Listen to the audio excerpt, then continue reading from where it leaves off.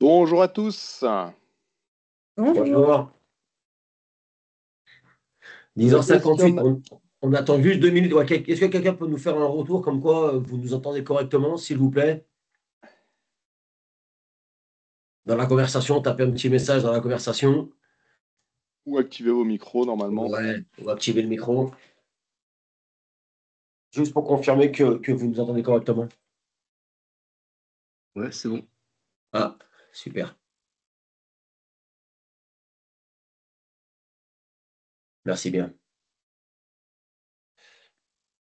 On attend encore 1 minute, comme ça, 10h59. Il y a déjà pas mal de monde qui est déjà connecté. Comme ça, on fait le petit message d'introduction en attendant tout le monde. Euh,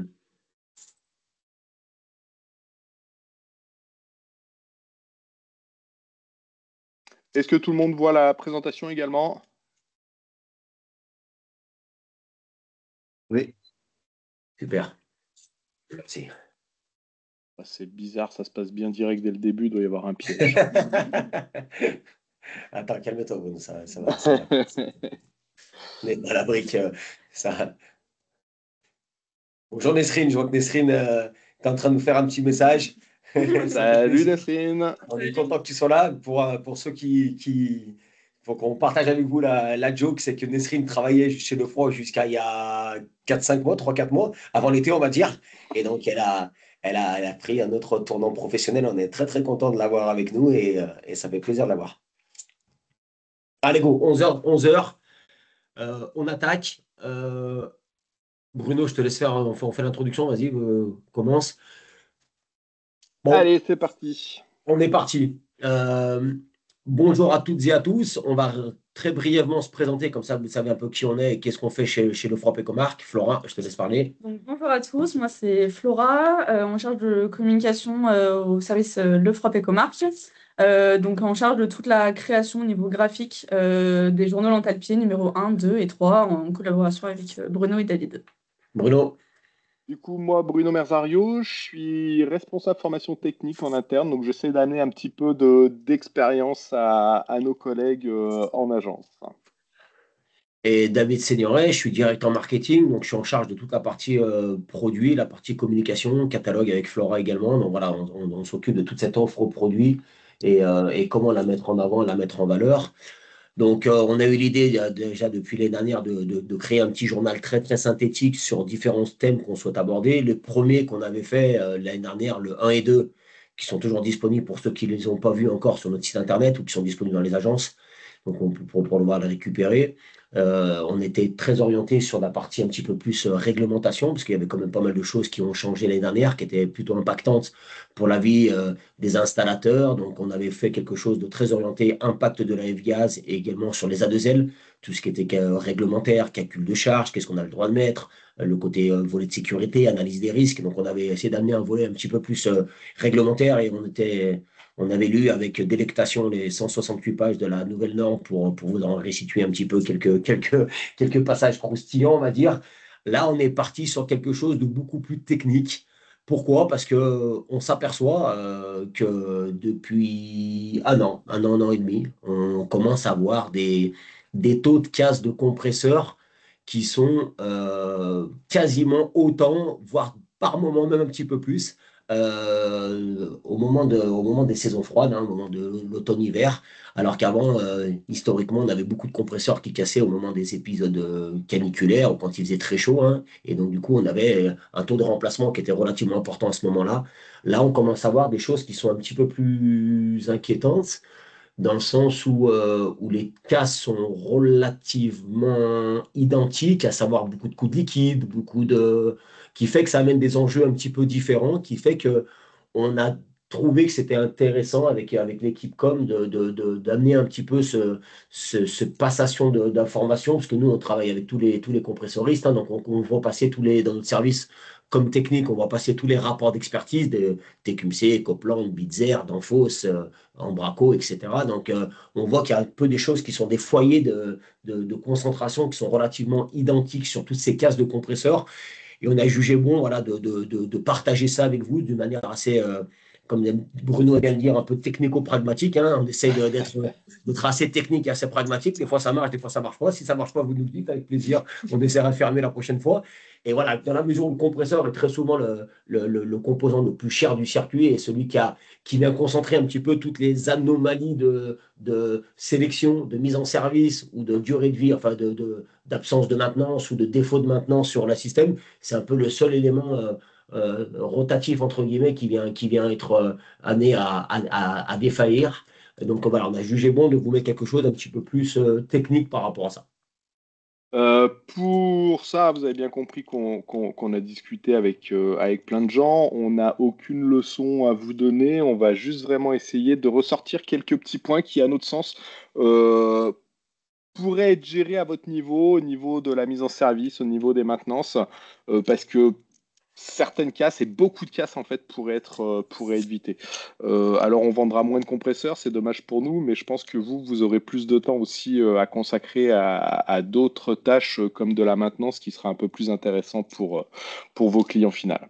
Avant de démarrer je ne sais pas si vous avez tous en tout cas la version papier de l'Enthalpie, peut-être que oui, peut-être que non. On va partir de la page 1 jusqu'à la dernière. Vous trouverez sinon en version en ligne, je vous donnerai à la fin de la présentation tout ça. Pour débuter, par contre, première page, on a essayé de vous mettre un petit lexique. On ne va pas le détailler, ça ne sert pas à grand-chose.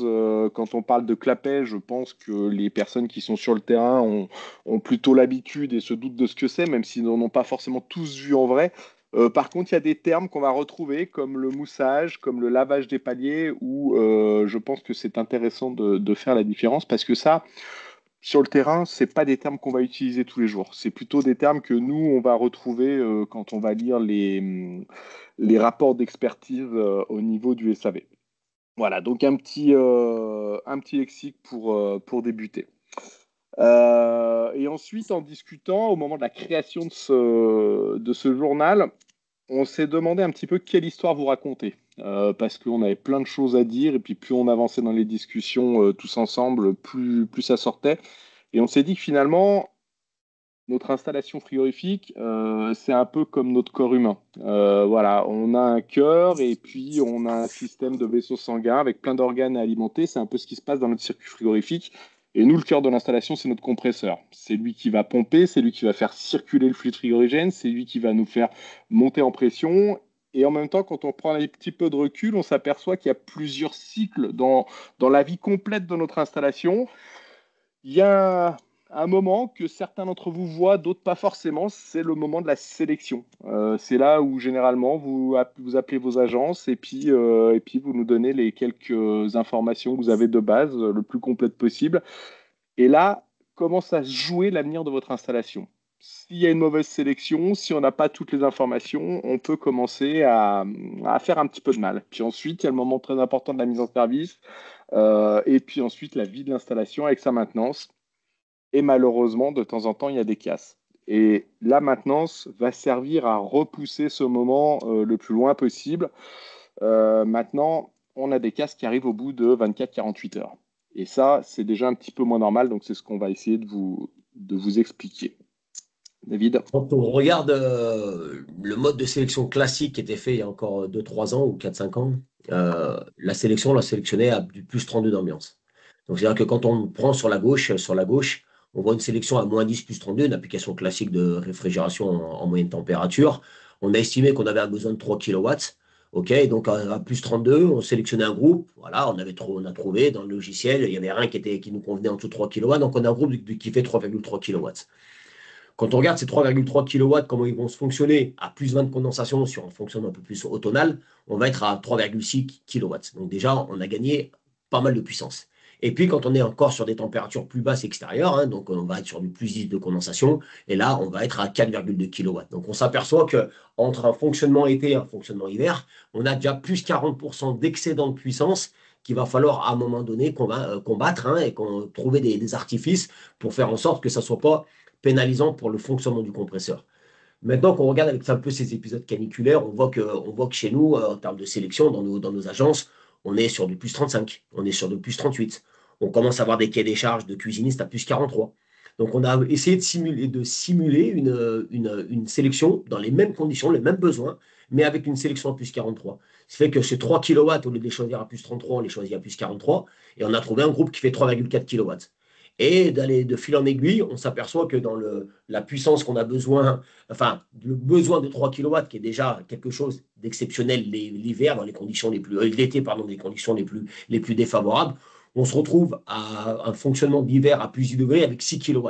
Donc, on avait d'un côté 40% de puissance en plus sur un fonctionnement plus 32, et là, on se retrouve à 100% de puissance en plus. Et que c'est quelque chose qui est bien sûr complètement pas anodin pour notre compresseur, pour notre fonctionnement de l'installation, qui fait que c'est une des raisons pour laquelle on a énormément de casse au niveau des compresseurs dans ces saisons intermédiaires, automne-hiver, parce qu'il y a cet excédent de puissance en plus qui est pas peu ou mal géré et qu'il faut arriver à appréhender par de la régulation, par des choix différents qui vont intervenir au moment de la sélection. C'est là où Bruno a juste titre vous parler de cette phase-là qui est très importante parce que en fonction de cette puissance-là, en fonction, est-ce que c'est 100%, comment je vais pouvoir les combattre? Est-ce que ça va être par un nombre de compresseurs, par de la modulation de capacité, hein. Il y a du digital qui existe, la version de vitesse, du CR2 chez Bitzer, voilà ce genre de choses. Comment je vais être obligé de mettre en place des artifices pour faire en sorte que mes enjeux l'hiver, qui sont cet excédent de puissance, ils n'amènent pas à une casse de compresseur. Comprenez bien qu'à la base de tout ça, il y a un bilan frigorifique, hein, et que notre bilan frigorifique, je vous le rappelle, il est vraiment fait pour combattre le maximum de déperdition qu'on puisse avoir dans une chambre froide, c'est-à-dire, si on simplifie, entre le 15 juillet et le 15 août, hein. Mais tout le reste de l'année, de tout temps, notre production frigorifique sera supérieure. On en aura trop, mais on a besoin de cette puissance optimale en plein été. Et on voit bien qu'avant, effectivement, ça posait pas trop de soucis en hiver et qu'aujourd'hui, on se retrouve avec des situations complètement aberrantes qui vont amener des courts cycles, des problèmes de retour d'huile, etc. En plus de ça, si on s'amusait à regarder la consommation énergétique du groupe là, de droite par rapport à celui de gauche, elle est bien plus importante. Et aujourd'hui, faut bien comprendre que c'est en 2025 très, très, très important de surveiller la consommation énergétique de nos installations. On a voulu également vous parler d'enveloppe d'application. Ça, c'est pas forcément des termes que tout le monde connaît, mais je vais laisser David vous expliquer un petit peu tout ça. Voilà. Pourquoi on a souhaité mettre un zoom et un coup d'éclairage sur l'enveloppe d'application? Ça, c'est vraiment quelque chose qui, en termes de compressoristes et leur dada, entre guillemets, hein, parce que chaque compresseur qui sort sur le terrain, chaque modèle de compresseur, chaque gamme de compresseurs, chaque fabricant de compresseurs sort pour son produit une enveloppe d'application. C'est une enveloppe d'application qui fait que ça garantit le fonctionnement du compresseur par rapport à des limites de haute condensation, basse condensation, limite basse d'évaporation et limite haute d'évaporation. Et ça veut dire que tous ces tests en labo qui sont faits sur la durée de vie, sur la thermodynamique, donc par rapport aux performances froid versus performances électriques, par rapport à déterminer également un coefficient de performance, ça, c'est toutes des choses qui sont testées en laboratoire.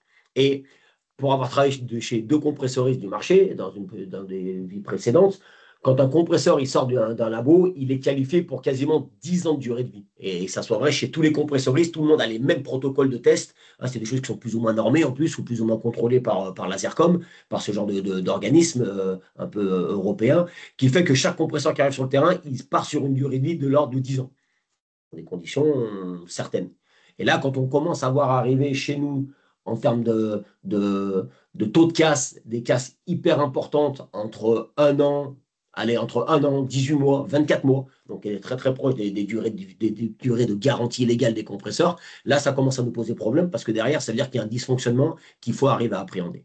Et ça, c'est vraiment quelque chose sur lequel il faut absolument, en fonction des applications qu'il y a derrière, si je veux faire de la surgélation, si je veux faire du froid positif, du froid négatif, où va être installé mon groupe, il faut qu'on arrive à appréhender quelle est la meilleure technologie de compresseur par rapport à cette enveloppe d'application. Et on s'aperçoit que plus l'enveloppe d'application, plus notre point de fonctionnement, notre point de fonctionnement optimal, il va s'approcher des limites extérieures de cette enveloppe d'application et qu'on risque de les dépasser, ça va indiquer un vieillissement prématuré des compresseurs qui peut bien sûr être impliqué une casse prématurée. Et ce qui est intéressant également par rapport à cette enveloppe d'application, c'est que c'est directement lié à une température de condensation. D'une part, le diagramme enthalpique, une température de condensation, ça équivaut également à une température de refoulement. Et on sait que la température de refoulement va commencer à venir vieillir ou dégrader les conditions de lubrification par l'huile qui est véhiculée par le compresseur dans le circuit, de manière à venir mettre de l'huile dans les paliers et à faire en sorte que ça tourne correctement, mais également si la température elle est trop haute, on va arriver à avoir des dérives sur ces températures-là qui fait qu'on arrive à de la carbonisation au niveau de l'huile. Et là, on a essayé de mettre quelque chose d'assez technique de manière à expliquer le relationnel ou le lien qui existe entre une température de condensation et une température de refoulement et une température de dégradation d'huile, de manière à avoir appréhendé, si je prends un thermomètre de contact et je vais mesurer une température de refoulement à la sortie de mon compresseur, automatiquement, je vais pouvoir en déduire une température de refoulement et je vais pouvoir en déduire également une température approximative de l'huile. On n'est pas à 5 degrés près, mais c'est juste pour vous donner un petit peu un fil conducteur sur est-ce que l'huile à l'intérieur de nos compresseurs, elle est en bon état, oui ou non, ou est-ce qu'il y a un risque de dégradation. Très clairement, sur le terrain, la température de refoulement, vous la mesurez très facilement avec un thermomètre de contact. La température de l'huile, elle est impossible à mesurer, elle est interne au compresseur. Par contre, il existe des petites astuces, c'est ce qu'on vous met ici, pour la trouver.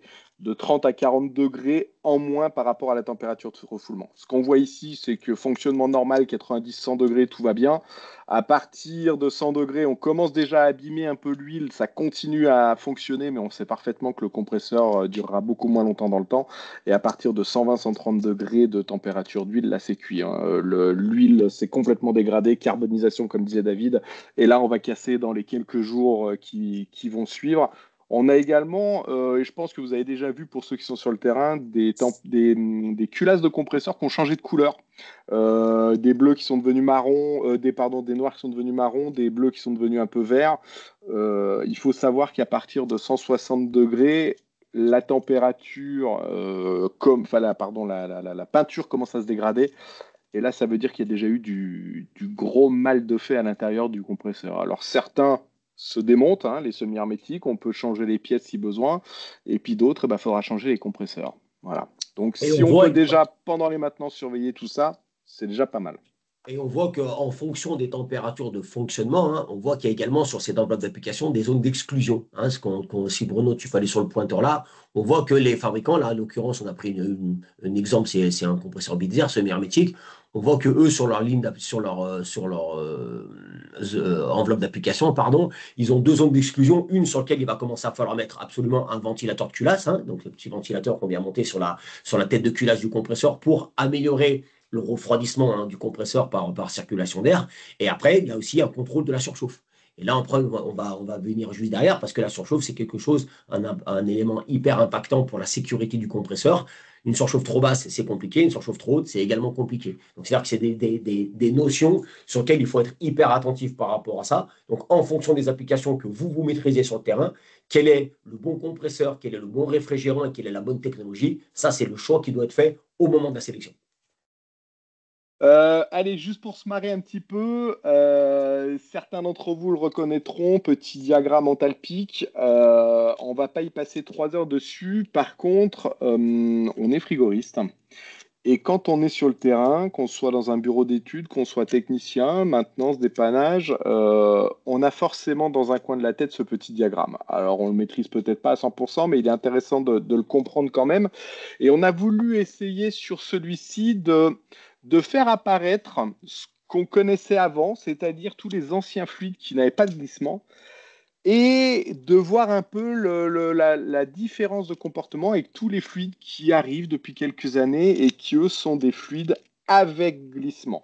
Donc pour ça, on a pris deux jeux de couleurs différents. Si je devais à peu près, si je devais vous représenter tout ça, en bleu clair, c'est sans glissement. Imaginez que vous avez un fluide comme du R134A, par exemple, que tout le monde connaît.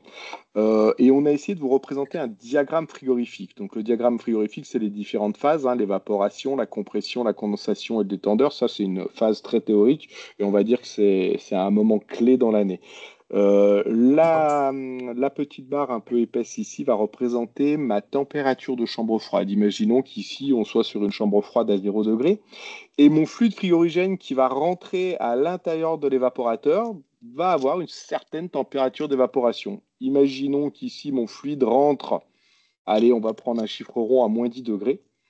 avec un fluide comme le 134 sans glissement, il n'y a pas de souci. Il va rentrer dans l'évaporateur, il va commencer sa transformation, son changement d'état pour absorber des calories. Et tout ça va se faire à pression constante et à température constante. Alors ça implique quoi? Bah, ça veut dire que finalement l'écart de température, ce qu'on appelle le delta T, au début de mon évaporateur, au milieu de mon évaporateur et à la fin de mon évaporateur, sera identique. On aura un delta T constant. Ce delta T, pourquoi je vous en parle? C'est pas que pour le plaisir, c'est qu'il faut savoir que dans nos chambres froides, on va vouloir tenir une certaine température et qu'avec ce delta T, on va également tenir une certaine hygrométrie dans la chambre froide. Cette hygrométrie, dans certains cas, elle n'est pas bien importante, et puis dans d'autres cas, complètement. Imaginez dans votre chambre froide, vous êtes chez un boucher, vous avez de la viande nue, et ben si je déshumidifie un petit peu trop, je risque d'abîmer mes produits. Pareil pour des fruits et légumes, et il y a plein d'autres produits sensibles comme ça. Si par contre vous êtes dans la cuisine du collège de mon fils, que les plats sont préparés le matin pour être consommés à midi, finalement, la déshumidification supplémentaire ne sera pas forcément gênante. Voilà. Donc, il faut se mettre dans le contexte. Alors, imaginez maintenant, cette même chambre froide, je vais toujours la mettre à 0 degré. Ce sera mon trait un petit peu penché, là, ici, en bleu foncé. Et cette fois-ci, je vais y mettre un fluide à glissement, un R454C, un R455A. Ce sont des fluides qu'on voit actuellement sur le terrain. Et ben à l'intérieur de mon évaporateur, il va se passer une petite chose un petit peu différente, c'est que je vais rentrer à une certaine température et je vais en sortir à une autre. Et ce qui va se passer, c'est que la transformation de mon fluide va se faire à une pression toujours constante, mais une température qui va évoluer entre le début et la fin. Et quand on regarde d'un petit peu plus près, on va s'apercevoir que le delta T entre la température de la chambre froide et la température d'évaporation sera plus importante en entrée qu'au milieu et sera beaucoup plus faible à la sortie. La sortie, on appelle ça le delta T de Rosé. Alors, c'est quoi l'incidence? Ben, l'incidence, ça va être pour régler le fameux delta T sur votre évaporateur parce que vous, sur le terrain, dans votre chambre froide, la seule chose que vous pouvez mesurer parfaitement, c'est soit à la sortie, soit à l'entrée de l'évaporateur. Et vous n'allez pas être capable de mesurer au milieu la température précise d'évaporation, donc il faudra la déterminer. Et nous, quand on fait des sélections de groupes de condensation, de compresseurs, bah, on fait également une sélection d'évaporateurs. Et si je sélectionne mal mon évaporateur, ça va avoir une incidence pour vous dans la chambre froide.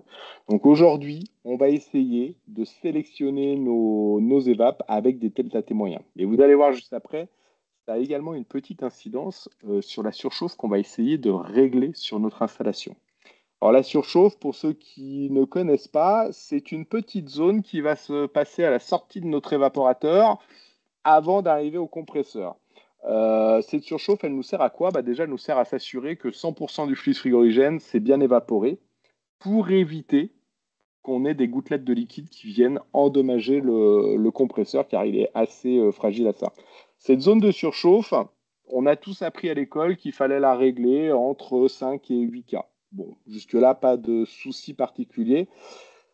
Sauf qu'aujourd'hui, la surchauffe, figurez-vous qu'il y a plus grand monde qui la règle en fait sur le terrain. On a des idées reçues que quand on achète un détendeur, le détendeur est réglé d'usine. Pas du tout.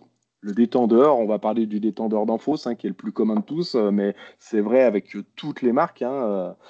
Ils ne sont pas du tout réglés d'usine en fait. C'est à vous de le faire au moment de votre mise en service. Mais on s'aperçoit en fait aujourd'hui que les surchauffes ne sont plus du tout réglées. Et comment on s'en aperçoit? Parce que quand on regarde et qu'on zoome un petit peu sur cette zone ici, on s'aperçoit que si ma surchauffe est mal réglée, qu'elle est trop importante, la température d'entrée des gaz aspirés dans le compresseur va être un peu plus élevée.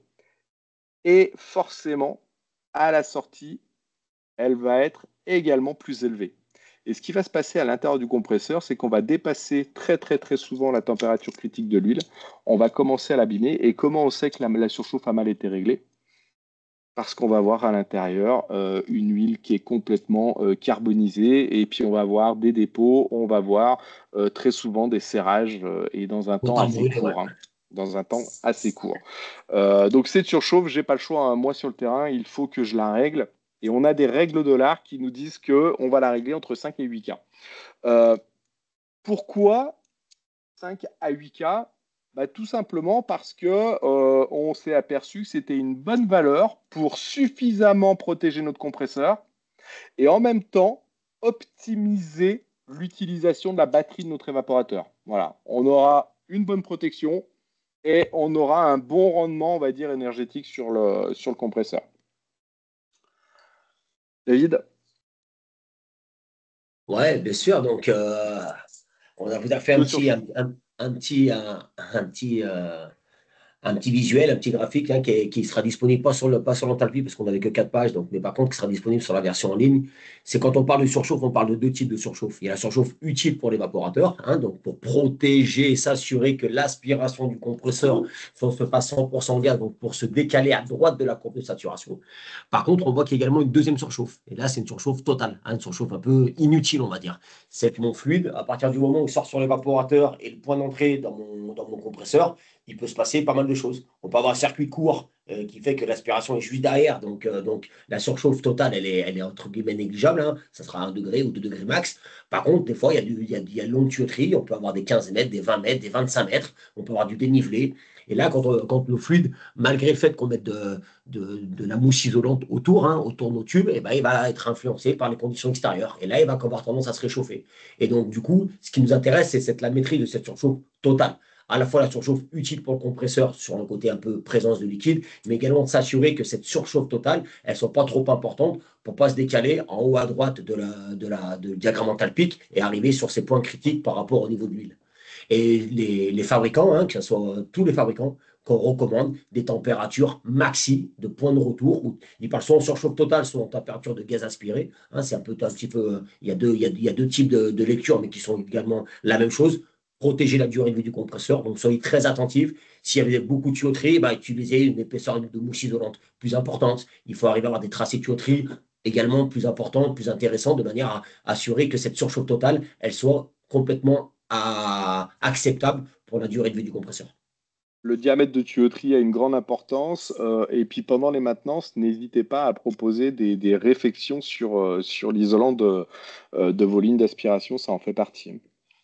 Ce petit tableau, il est venu, on ne l'avait pas forcément en tête au moment où on a démarré le journal, et en fait, en faisant plein de petites observations, on a commencé à calculer un peu les surchauffes idéales. Alors, tout à l'heure, je vous disais, une surchauffe, ça ne se calcule pas directement, puisqu'on a appris qu'il fallait la régler entre 5 et 8 K, idéalement sur nos installations, pour optimiser le rendement sur l'échangeur et protéger suffisamment notre compresseur.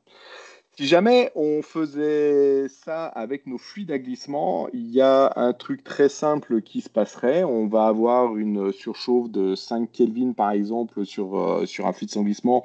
Et si on ne règle pas cette surchauffe sur un fluide nouveau avec glissement, eh ben en réalité, on va baisser la température d'évaporation de notre fluide, c'est-à-dire la température du fluide qui entre dans le compresseur. Alors en soi, sur la température de la chambre froide, ça ne va pas régler grand-chose, ça ne va pas modifier grand-chose. Si j'ai une chambre à 0 degré, j'aurai toujours une chambre à 0 degré parce que c'est mon régulateur en fait qui va m'arrêter ou me démarrer le compresseur en fonction de cette consigne. Par contre, cette température d'entrée du fluide dans l'évaporateur, je vous ai dit, elle va rentrer beaucoup plus basse et elle va sortir à la même température qu'avant. Et si je regarde la température moyenne d'évaporation par rapport à ce que je pouvais avoir avec un ancien fluide, eh ben en réalité, mon delta T aura augmenté. Et si mon delta T augmente sur l'évaporateur complet, j'ai un taux de déshumidification qui va augmenter, donc je vais abîmer mes produits. Alors comment résoudre ce problème? De manière assez simple, il va falloir essayer de réduire un petit peu la surchauffe pour pouvoir faire rentrer le fluide un tout petit peu plus chaud et avoir un delta T moyen qui soit à peu près identique à avant. Si on regarde sur des trucs un peu connus, alors là je vous ai mis les différents delta T qu'on trouve sur le terrain, entre 6 et 12 K. Si je prends un delta T assez classique dans une chambre froide de conservation, du 8 K, avant WR134A, je devais régler une surchauffe de 5,2. C'est pour ça qu'on disait qu'entre 5 et 8, c'était très bien, on avait le bon rendement et qu'on ne s'embêtait pas trop à le calculer, puisque pour tous les fluides, Sans glissement, ça partait pareil. Et ben aujourd'hui, avec le R449A, qui a un glissement de l'ordre de 6 Kelvin, pour arriver à tenir un delta T moyen de 8 dans mon évap, hein, ce fameux 8K ici, eh ben, il faudrait que je diminue ma surchauffe et que je la règle aux alentours de 3,3 Kelvin. Ça, c'est une petite formule que vous allez retrouver dans le journal. C'est pas très compliqué, mais c'est un peu pénible à faire. Si j'utilise un fluide avec des glissements plus importants comme le R455A, qui a 12 Kelvin de glissement, il faudrait que je vienne régler ma surchauffe à 1,2 K. C'est-à-dire que je sortirai à moins 1,8 degrés et je rentrerai quand même à moins 14 degrés pour tenir ce delta T moyen. Il faut savoir un truc, c'est qu'aujourd'hui, avec un détendeur thermostatique, on atteint les limites de fonctionnement de celui-ci. Aujourd'hui, quel que soit le détendeur thermostatique que vous utilisez, c'est quasi impossible de régler une surchauffe en dessous de 4 Kelvin. Parce qu'après, il y a un phénomène de pompage qui se met en route et derrière, vous avez une température d'évaporation qui ne sera plus stable du tout. Donc en gros, ce que vous pouvez comprendre avec tout ça, c'est que même un 449A qu'on utilise depuis quelques années, ça devient très compliqué si je veux régler des delta T moyens. Vous avez tous, à mon avis, rencontré des problèmes de produits qui ne se conservaient pas très bien, hein, de la viande qui poissait ou des choses comme ça, parce qu'en réalité, vous avez réglé votre surchauffe aux alentours de 4. Aujourd'hui, avec les 454C et les 455A, ça va être quasi impossible de le faire. Alors, il y a une solution très simple, hein, pour y arriver de manière un peu plus simple. Clairement, on va basculer de plus en plus sur des détendeurs type électronique. Voilà, ce petit tableau vraiment est là pour nous faire comprendre que les choses changent et que nos taux d'hygrométrie, si ils sont importants dans la conservation de nos produits, il va vraiment falloir qu'on passe sur ces nouvelles technologies comme le détendeur électronique. Regardez là, si j'exagère et que je veux faire une chambre froide avec 6 Kelvin de delta T et du 455A, la surchauffe, elle sera nulle, hein. Donc je peux déjà être assez assuré que mon compresseur va bouffer du liquide si je fais rien.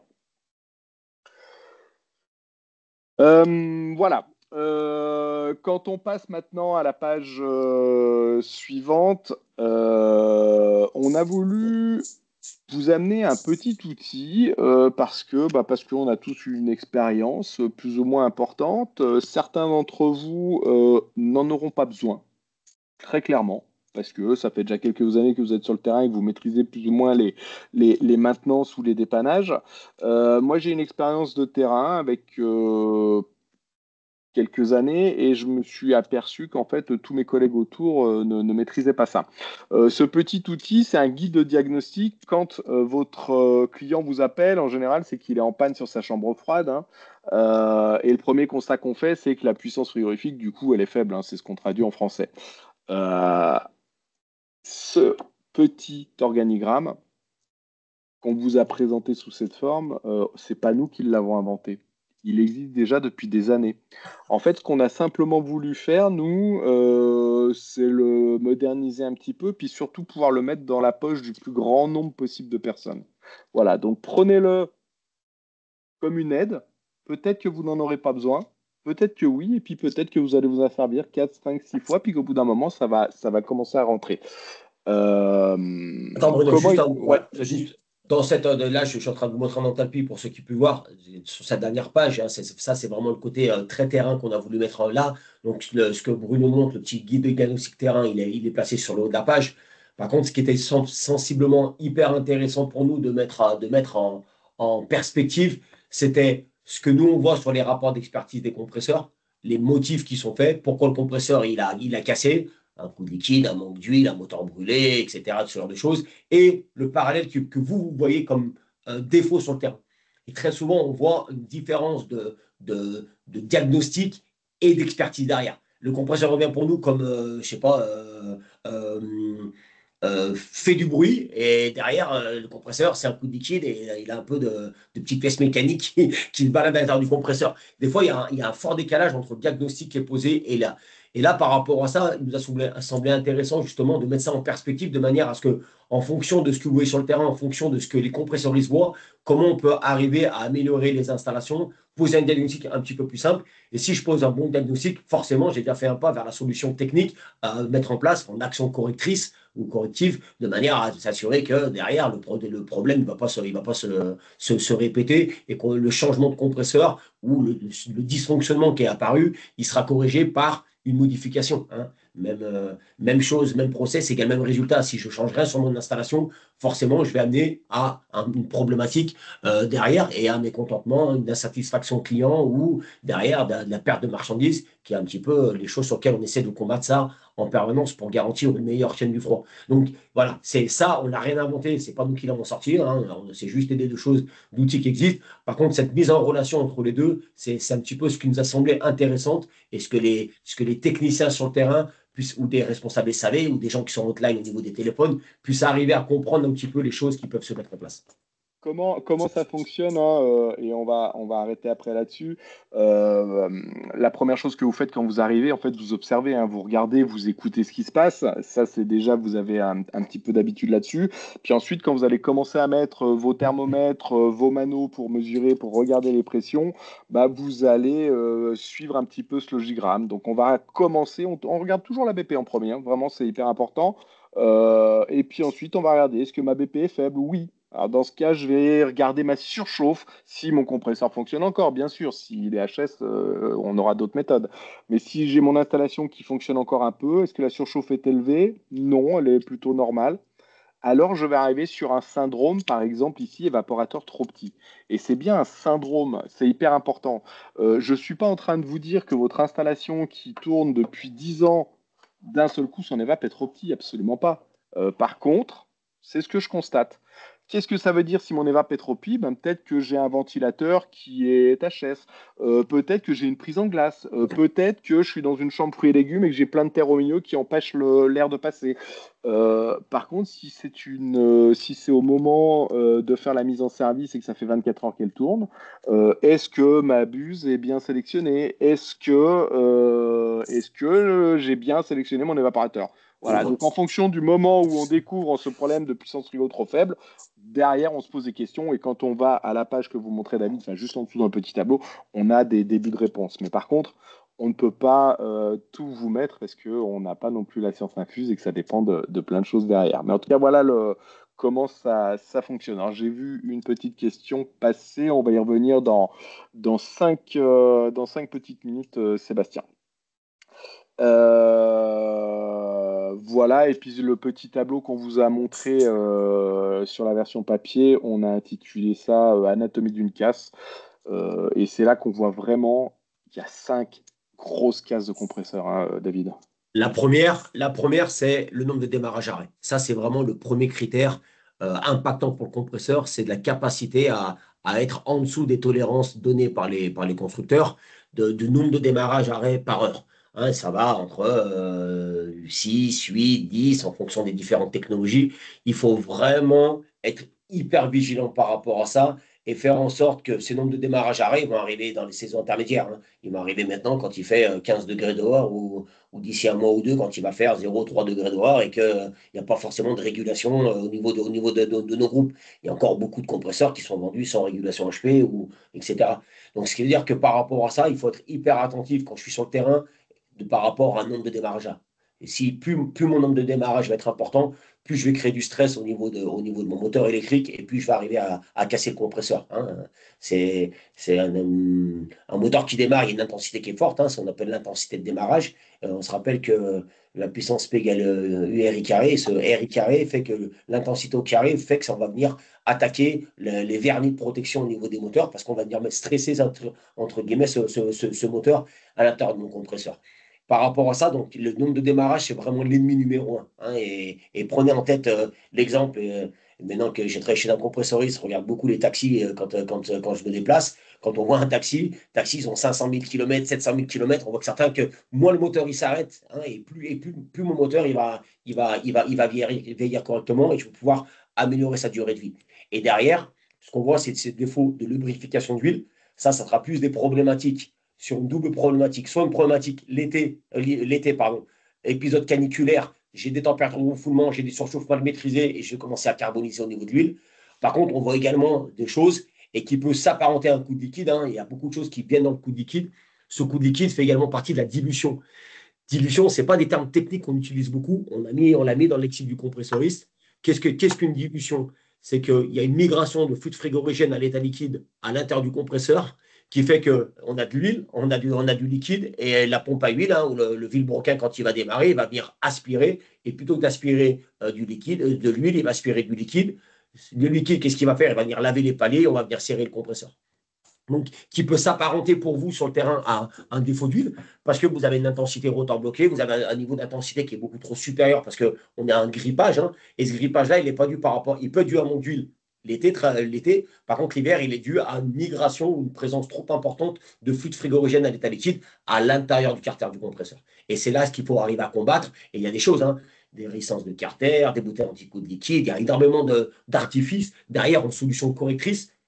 Si elles n'ont pas été mises au moment de la sélection de la solution technique, au moment de la sélection d'installation, dans ce cas, il faut apporter des actions correctrices après pour faire en sorte de ne pas répéter ce type de défaut. Échauffement moteur, on en a parlé, ça vient avec une température de refoulement qui est trop élevée, donc une maîtrise de la surchauffe aléatoire qui peut bouger, cette surchauffe. C'est-à-dire que je fais ma mise en service et tout se passe correctement, j'ai un niveau qui est propre.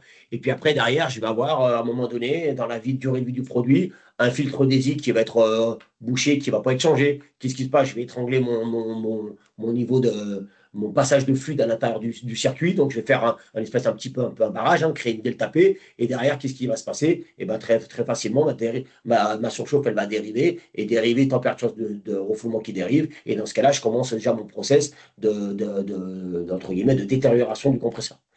Coup de liquide, on en a parlé, et quelque chose qu'on voit et qui est assez symptomatique actuellement, justement, de cette problématique de mise en service ou de maintenance, c'est de la présence d'humidité ou d'acidité.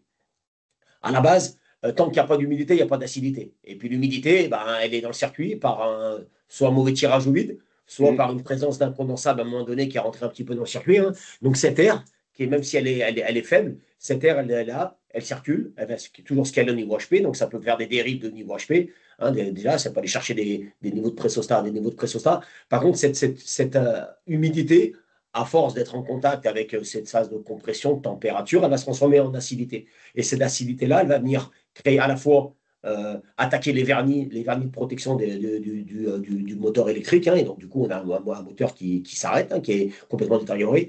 Et elle également, on le voit beaucoup, ça s'appelle un effet de cuivrage. Elle va venir arracher dans sa circulation des atomes de cuivre. Et ces atomes de cuivre, ils vont venir se déposer sur les parties chaudes, sur les clapets. Et quand on ouvre un compresseur après une expertise, quand on voit les photos, on voit des phénomènes de cuivrage. On voit des particules de cuivre qui viennent s'accrocher dans l'huile, dans le carter, qui viennent s'accrocher sur les clapets de refoulement au niveau de tout ce qui est température un petit peu chaude, qui fait qu'également, on vient voir c'est un facteur pour nous d'une présence d'humidité ou d'acidité beaucoup trop importante. Donc ça, c'est des choses sur lesquelles il y a beaucoup de cas qui peuvent très facilement être réglés par une meilleure maintenance, par une meilleure mise en service, par avoir tous les éléments au moment de la sélection, de par son côté applicatif.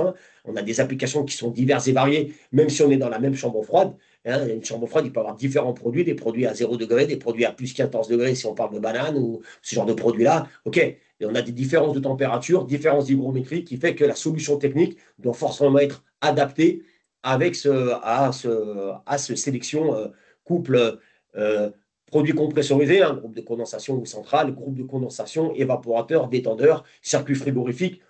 Tout est lié, tout est un circuit fermé, un circuit hermétique, mais tout a des conséquences et des impacts et des conséquences pour le produit qui est le seul, entre guillemets, qui dérouille à chaque fois, excusez-moi du terme, qui s'appelle le compresseur. Et prenez le temps de faire vos mises en service correctement. Pensez à régler vos pressostats de sécurité, de régulation. On a un exemple assez concret, là, il y a quelques semaines, on s'est déplacé sur une installation, 2 compresseurs qui ont cassé. Bon, finalement, on s'est un peu fâché avec le client, on a été voir, parce que forcément, il n'était pas content, vous doutez bien, vous auriez été pareil dans ce cas-là, quoi.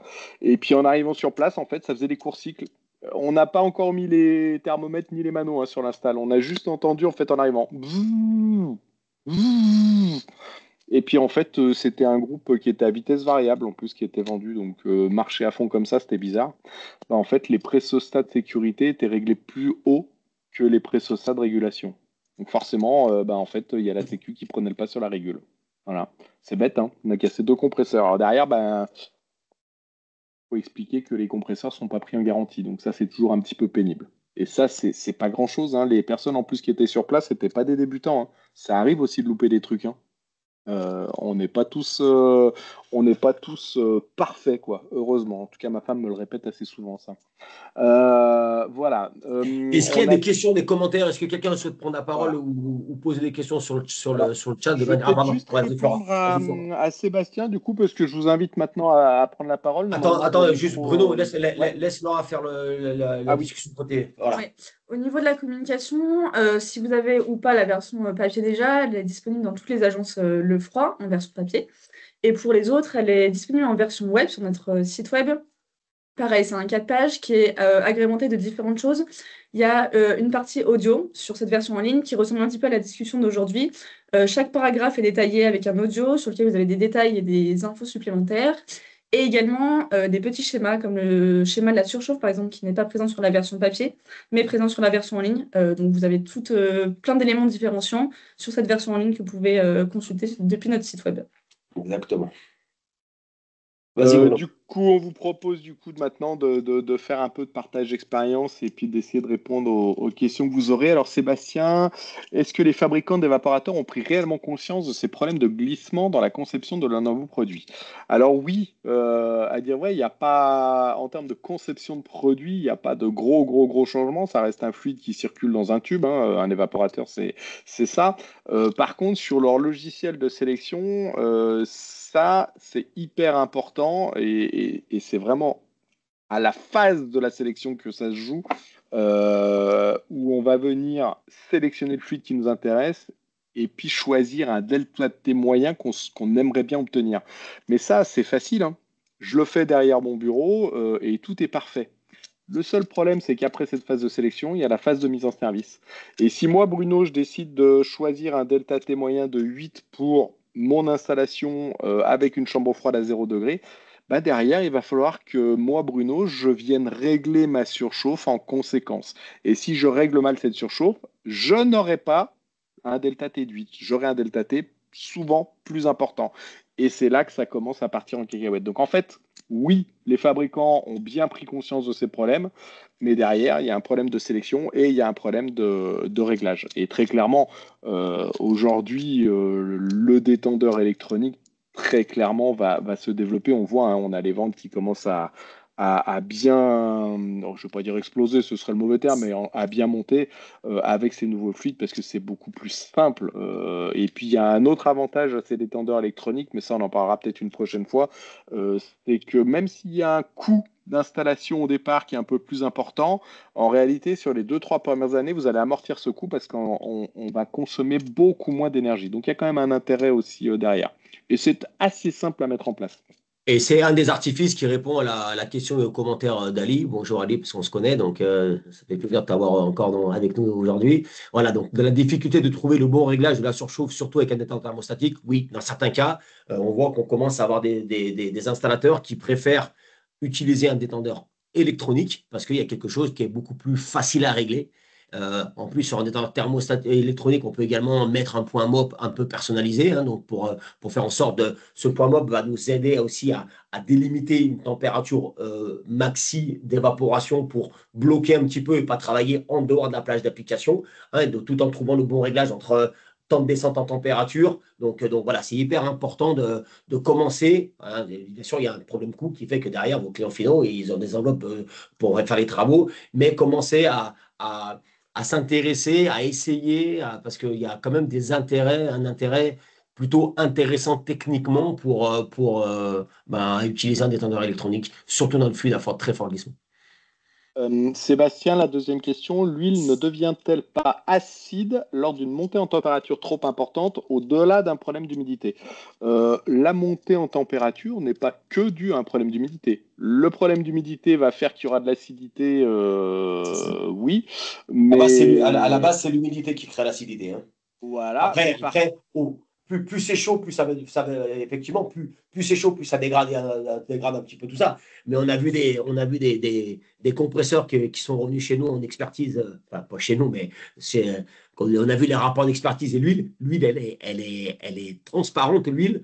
Et donc, c'est-à-dire qu'il n'y a pas eu de montée en température au niveau de son fonctionnement, hein, parce qu'elle n'est pas trop carbonisée, comme une huile de voiture, hein, dans votre moteur quand vous faites une vidange. Hein, pareil, quand vous vérifiez votre niveau d'huile en tirant la jauge, oui, l'huile, elle est légèrement noire, hein, ou très noire. Si elle est très noire, allez vite faire une vidange, mais vous changez là. Mais voilà, c'est-à-dire qu'on a vu des compresseurs qui étaient complètement détériorés, qui étaient inaptes au fonctionnement, avec une huile qui était la plus claire possible, donc qui n'était pas synonyme d'une montée en température ou de travail dans des températures de refoulement beaucoup trop élevées. Mais n'hésitez pas à prendre la parole. Hein, si là, normalement, vos micros, vous pouvez les activer logiquement. Oui, bonjour, je ne sais pas si vous m'entendez. Ouais, parfait. Bonjour, Sébastien. Parfait. Oui, parce que je me suis toujours demandé si, au-delà d'un problème d'humidité ou quoi, si le fait que simplement de la montée en température, à un moment donné, elle ne devenait pas acide. Mais en fait, du coup, ça répond à ma question. Mais... Ouais, elle ne sera pas plus acide que ça, on va dire dégradée. Ouais, après, okay. C'est principalement l'humidité. Ouais, on n'est pas des chimistes qui vont vous expliquer précisément, mais c'est la température va dégrader les propriétés intrinsèques de l'huile par rapport à son pouvoir de lubrification. Hein. Par contre, l'acidité, l'humidité égale acidité. Là, si vous regardez les fabricants de déshydrateurs, hein, les Danfoss, les Carly, etc., ils ont toujours une gamme de 100% activated alumina. Donc là, c'est pour combattre l'humidité. Donc ça, c'est souvent ce qui est préconisé par les constructeurs en installation neuve pour avoir un très fort pouvoir de rétention de cette humidité. Et après, très souvent, il y a une deuxième gamme qui s'appelle les 80-20, 80 avec 20% aussi de molecular sieve, hein, ce qu'ils appellent de MS, où là, ça, c'est pour l'acidité. Mais généralement, le désir d'origine, il est là pour combattre uniquement cette humidité, pour faire en sorte qu'il vienne piéger l'humidité qui ne se transforme pas plus tard en acidité. Donc voilà, donc, c'est pour ça que on a un petit peu voilà, différentes technologies de désir en fonction de si on est sur l'installation neuve, premièrement, où là on sera plus sur cette humidité, et après sur le terrain, plus sur l'acidité. Ok. Et le glissement sur le sous-refroidissement et sur le condenseur, vous pensez que ça peut avoir un impact aussi important? Parce que du coup, on ressort plus chaud. Alors, il y a un autre impact. En fait, c'est assez drôle. Le glissement en fait, dans l'évaporateur va nous permettre de gagner un peu en puissance parce qu'on va augmenter un peu le delta T. Sur le condenseur, ça va être l'inverse. En fait, sur le condenseur, on va perdre en delta T. Et résultat, on va perdre aussi en performance. Ce qui fait qu'on a à un moment donné, si on doit faire un rétrofit, parce que c'est surtout au moment d'un rétrofit que ça va poser un souci. Hein. Par exemple, on va passer du 404 à un 449 ou un 449A, par exemple. Le fait de perdre du pouvoir d'échange va nous faire forcément monter en condensation notre installation. Donc, la question, c'est est-ce qu'on va atteindre les limites et donc couper en HP, ou est-ce qu'on va simplement avoir une température de refoulement qui va aussi évoluer, quoi. Sur un rétrofit, on va avoir tendance à avoir un phénomène de condenseur un peu petit. Première monte sur une installation, on va le prendre en compte parce que ce qu'on va gagner sur notre delta H, ce qu'on va gagner sur l'évaporation, plus la compression fait que notre sélection de condenseurs va prendre en compte cette partie-là. Voilà. Par contre, sur un rétrofit, effectivement, on va avoir tendance à avoir un condenseur qui va être plus petit, donc condenser plus haut, donc consommer plus haut. Hein. Chaque degré de consommation en plus, c'est 2% de consommation électrique en plus, à peu près en moyenne. Hein, c'est des ordres de grandeur qu'il faut avoir en tête. Et en plus, je vais venir travailler plus chaud, donc ma température de refoulement qui potentiellement sera plus chaude. Donc oui, ça, c'est des choses qu'on peut voir. Et on voit sur les très grosses installations, au moment du rétrofit, ils ont tendance à mettre aussi des sous-refroidisseurs, hein, des grosses batteries de sous-refroidissement. Mais là, on parle plutôt des grosses installations. On n'est pas chez la petite chambre froide du boucher de quartier, entre guillemets, qu'on prend souvent en exemple. Et là, on va venir mettre du sous-refroidisseur pour réaugmenter un petit peu, regagner un petit peu de la puissance avec un delta H, hein, et des échangeurs un peu liquide-vapeur, mais à plus forte puissance, ce qui fait que ce qu'on va gagner un peu en surchauffe, on va le gagner aussi en sous-refroidissement. Enfin, et ça va s'équilibrer de manière à avoir un delta H un peu plus important. Ok. Delta H, des cartes d'enthalpie, bien évidemment. Ouais. Le diagramme enthalpique, c'était génial, hein, pour ceux qui ont fait ça à l'école. Excusez-nous. J'en ai fait des cauchemars. Merci, je ne suis pas le seul alors. On a vu que dans les listes des participants, il y avait beaucoup de gens qui étaient sur des encadrants avec des lycées, avec de l'AFPA, avec également l'école marine de mémoire, ce qu'on a vu également. Ça, c'est des choses qu'on est capable de refaire. Hein. Si vous avez pour vos élèves besoin qu'on fasse un petit webinaire de 30-40 minutes sans vous pénaliser dans votre programme pédagogique, mais si vous souhaitez qu'à un moment donné, une personne de chez Lefranc intervienne plutôt en distanciel physiquement, c'est-à-dire que c'est quelqu'un d'agence, mais ça sera un peu compliqué, mais au moins en distanciel, entre Bruno ou moi, si vous voulez qu'on soit disponible une demi-heure, trois quarts d'heure, une heure pour arriver à amener ces enjeux au niveau de vos élèves, vos étudiants, vos adultes qui se reforment, entre guillemets, on est complètement ouvert à ce type de proposition. Ouais, moi, j'avoue que ça m'intéresse parce qu'on est justement aussi centre de formation là, sur Bordeaux. Et on travaille pas mal avec l'agence Lefroy à Canéjan, là. Ouais, Canéjan, et du coup, c'est vrai que c'est pour ça que je vous pose ces questions-là, parce qu'on nous les pose beaucoup, quoi. Exactement. Et je n'aime pas dire de bêtises, donc j'aime bien savoir de quoi je parle, quoi. Donc c'est pour ça, il y a des entalpies voyez avec l'agence de Bordeaux pour en récupérer. On en a imprimé un très très fort exemplaire. Donc voyez avec l'agence de Bordeaux pour en avoir au niveau de vos élèves. Commencez à le présenter. Si après vous voyez qu'il est nécessaire de faire une petite formation, on peut, de temps en temps, on est sur Bordeaux parce que voilà, on se déplace aussi pour aller voir des clients ou à l'agence. Donc, si on peut faire un effet combiné d'une visite client, d'une visite agence, plus une visite au niveau de votre organisme de formation, pour nous, on est 100% ouvert par rapport à ça. Hein. Et n'oubliez pas qu'en fait, il y a pas, on n'a vraiment pas la science infuse, on n'a pas la prétention de répondre à toutes les questions là-dessus. Pas du tout. C'est simplement que on prend un peu d'âge, donc forcément on a un peu d'expérience. Et qu'en fait, cette expérience, on l'a prise en discutant avec vous. Hein. Moi, j'ai passé plus de 15 ans en agence. C'est en discutant avec mes clients. Certains sont devenus des amis, d'autres pas forcément. Mais en tout cas, à chaque fois, on récupère des infos, et en fait, on essaie de les transmettre. C'est ça le but, en fait, de tout ça. Hein. C'est de transmettre, en fait. Et puis, on a l'avantage de travailler avec tous les compressoristes. Donc, on a un regard qui est complètement neutre. Hein. Quand on parle d'Entalpi, vous savez, il n'y a pas de marque de compresseur, il n'y a pas de marque de technologie. On parle de quelque chose qui est complètement ouvert, neutre. Et nous, là on est sans marque. Hein. On n'a pas, vous ne verrez jamais une marque. On nous l'a demandé, vous ne verrez jamais une marque ou de la promotion d'un produit au niveau d'Entalpi. Ce n'est pas du tout quelque chose de commercial. On n'est pas là du tout là pour ça.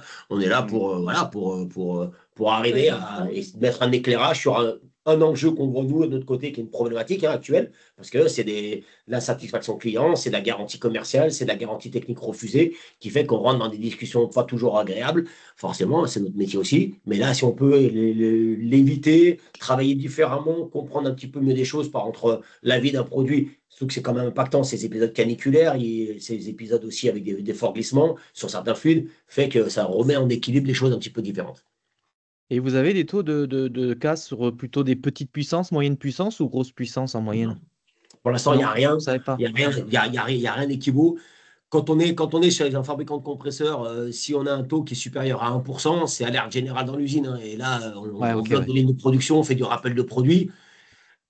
Quand on commence à être sur des garanties commerciales acceptées, où on est à plus de 50%, c'est qu'on paye l'inaction, l'inefficacité, d'autres termes que je ne vais pas dire là, de certains installateurs ou de certains clients qui ne voient pas l'intérêt de protéger un compresseur. Donc, nous aussi, on le compense par de la marge, hein, et tout simplement. Donc, on est des commerçants également. Donc voilà, c'est aussi des choses sur lesquelles ça doit nous aider à avoir un discours beaucoup plus technique et des positions beaucoup plus marquées avec certains clients. Pas plus tard que la semaine dernière, c'était pas Bordeaux, l'agence de Bordeaux, mais pas loin, un client qui a cassé un compresseur en une semaine avec une panoplie de défauts qui était rarement vue en moins d'une semaine. Quoi. Donc, il y avait une huile dégradée, il y avait un moteur coulé, une huile dégradée, et il y avait de la dilution. Donc là, on était sur un combo en une semaine. Ouais, c'est ça. Lui, on peut lui expliquer l'Entalpi, et là, je vais bien me déplacer personnellement pour voir avec lui, parce que le compresseur, en plus, il coûtait très cher. Mais ça a eu bien que vous parliez aussi, vous avez parlé tout à l'heure de la longueur de tuyauterie, parce que souvent les clients, les groupes, ils veulent les mettre les plus loin possible pour éviter le bruit, pour éviter tout ça et tout le reste. Et les problèmes de longueur de tuyauterie, mais ça fait des années qu'on les a déjà. Hein. Ouais, longueur, il y a ça. Il y a la hauteur également, des fois, où au-delà en dessous de 4 mètres par seconde, l'huile, elle n'arrive pas à monter toute seule dans le tube. Ouais. Donc, ça veut dire qu'il y a également des pièges à huile qui sont faits, qui fait que c'est relativement compliqué. Ouais. Sur les compresseurs hermétiques, petite taille, quelle est la solution proposée sur des raccordements puisqu'ils sont en métrique? Solution par rapport à quoi? Est-ce que vous pouvez prendre la parole, Joël, si vous avez un ouais, micro? s'il vous plaît, ouais. Parce que la solution de raccordement, sur les raccordements, puisqu'ils sont en métrique. Alors là, on vous entend pas, Joël, a priori. Alors, si je fais une réponse, si ce n'était pas complet et que vous arrivez à prendre la parole, si on le fait. Effectivement, la norme européenne fait à un moment, on est censé utiliser des produits en métrique. Hein. Donc, il y a de plus en plus de produits. Vous prenez tous les produits italiens, les produits allemands, tous les tubes d'évaporateurs, hein, chez du Modine, chez du Güttner, ce genre de personnes, et même sur certains compresseurs, sont en millimètres. Parce que la norme européenne, elle est en millimètres. Par contre, il y a certains pays un petit peu résistants, on va dire. La France en fait partie, de notre côté un peu Astérix Obélix, hein, on va dire. L'Espagne, la France, le Angleterre. Royaume-Uni. Ouais, voilà, le Royaume-Uni, eux sont encore en pouce. Nous, on est sur du pouce. Donc, qu'est-ce qui se passe? Il y a des diamètres qui sont compatibles, il y a des diamètres qui ne sont pas tellement compatibles. Et là, il y en a certains qui vont charger un peu plus en brasure. Hein. Et après, derrière, sur les petits compresseurs, alors, on avait, sur les petits compresseurs, c'est soit du 5/16e. Voilà, ça, c'est des raccordements un peu compliqués hein, qu'on trouve sur des Embraco, du Secop, du Cubigel. On voit beaucoup apparaître de 5/16e.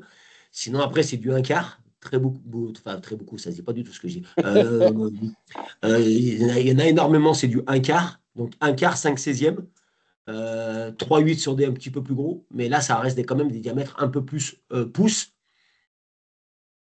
Et sur les évaporateurs, effectivement, c'est problématique. Hein. On a des évaporateurs qui arrivent en 10, en 12, en 16, en 18, en Après, 22. il existe des raccords à sertir aujourd'hui pour ceux qu'on Comme voilà. utilise où ils ont fabriqué Exactement. en fait des raccords d'un côté métrique et de l'autre côté en On a demandé, pouces. donc le FROP Ecomar par rapport à ces problématiques de terrain qu'on voit apparaître hein, et de plus en plus de clients qui souhaitent utiliser du raccord à sertir hein, pour différentes raisons, qualité de brasage, permis de feu dans certains endroits où ils ne peuvent pas l'avoir.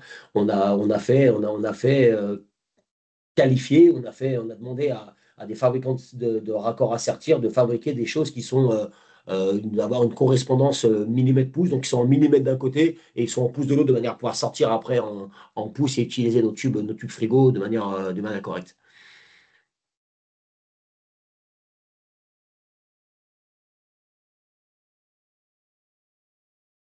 Donc voilà. Est-ce qu'il y a d'autres questions, commentaires? Est-ce qu'il y a des choses qui ne sont pas suffisamment claires? Est-ce qu'il y a des choses sur lesquelles vous aimeriez revenir? Ou voilà, le but c'est vraiment quelque chose voilà, là on est vraiment sur de l'échange hein. Donc voilà, nous on a entre guillemets on a fini de parler avec Bruno. S'il y a certaines personnes qui souhaitent revenir sur quelque chose, avec plaisir on peut remettre un coup d'éclairage par rapport à ça. Ok. Pensez bien à cet impact. Hein, vous voyez, ça sert à rien de sélectionner vos groupes à plus 43. Ça sert à rien, ça vous desservira forcément. Faut vraiment, en fait, la sélection, le fait de se vouloir dire je me couvre, j'en rajoute, c'est dommage parce qu'on voit aujourd'hui que ça atteint ses limites, quoi. Donc vraiment, il faut sélectionner le mieux possible. N'hésitez pas à nous amener, si on le fait pour vous, le plus de détails possible sur où sera installé le groupe. Est-ce qu'il sera dans une cave? Est-ce qu'il sera contre un mur plein sud, au nord, etc. Ça nous permet vraiment d'ajuster. Et aujourd'hui, c'est principalement là-dessus qu'on va travailler. Et vous avez un impact énorme au moment de votre mise en service, quoi. Et les maintenances, faut y passer un peu de temps. Ouais. C'est compliqué, hein. Il n'y a personne qui a du temps en trop en ce moment. Voilà. S'il n'y a pas d'autres commentaires, on va vous laisser. On est un petit peu en retard. On a pris un peu plus de temps que prévu, donc c'était pas le but à la base, mais c'est bien, c'est enrichissant. Il y a beaucoup de questions, donc voilà. On laisse encore 5 secondes. Si jamais il n'y a pas d'autres retours, on vous souhaite une très belle journée, une bonne continuation. Merci à vous tous. À très vite. Hein, vous connaissez là, vous savez comment nous joindre. Bruno fait beaucoup de rappels sur Bruno Décrypte sur LinkedIn. Vous allez en voir apparaître pas mal d'ici quelques temps. Donc, bonne journée à tous. Au plaisir et à très vite. Merci. Merci, au revoir. N'hésitez pas à appeler vos agences. Hein, ils ont toutes les infos qui vous manquent. Et passez une très bonne journée. Flora. Merci David. Salut Nesrine, à bientôt. À bientôt. Merci Nesrine, à bientôt Nesrine. Au revoir. Bye bye.